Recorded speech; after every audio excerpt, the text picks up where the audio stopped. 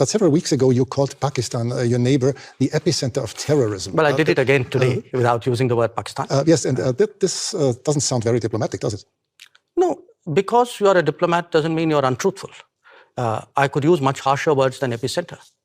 So believe me, considering what has been happening to us, I think epicenter is a very diplomatic word, because this is a country which has attacked the Parliament of India some years ago, which attacked the city of Mumbai, which went after hotels and foreign tourists, which every day sends terrorists across the border. But of course not as a country.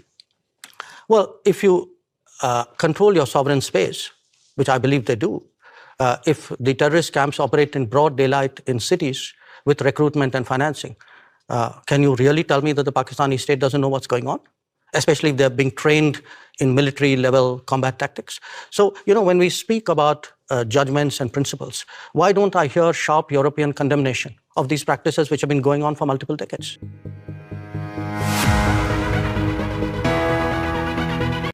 But still making sure that Europe is not freezing to death in the winter, or just increasing your imports by 5 times? No, Europe has managed to reduce its imports while doing it in a manner in which it is comfortable for Europe. Comfortable? It's manageable. Maybe a little bit of an overstatement.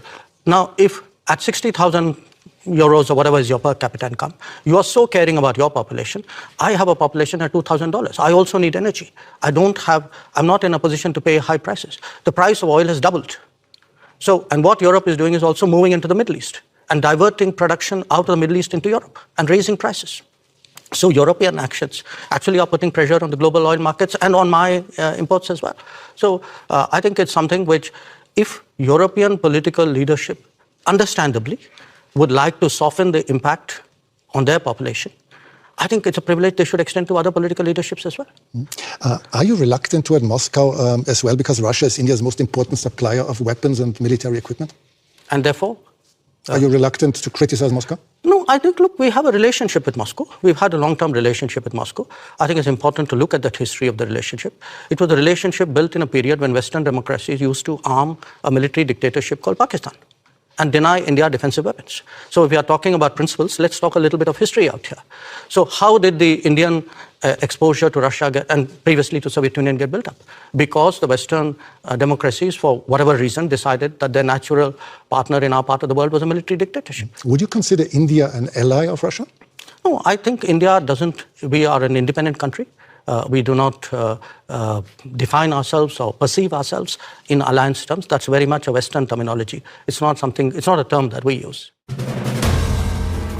If you like the video, do like, comment, share and subscribe.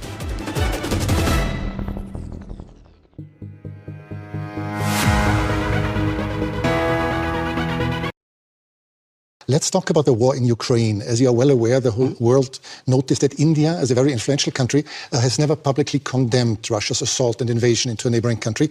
Why is that so? Can you really be neutral in a war for which obviously one side bears all responsibility? Well, look, I think in international relations, you have sometimes very complicated situations. And where we are concerned, we have always taken the position that the way out is for the countries concerned to get back to dialogue and to diplomacy. I'll come to that, but is this a complicated situation? Is this really complicated? There's just one big country invading its neighbor. No, look, I can give you many instances of countries who have violated the sovereignty of another country.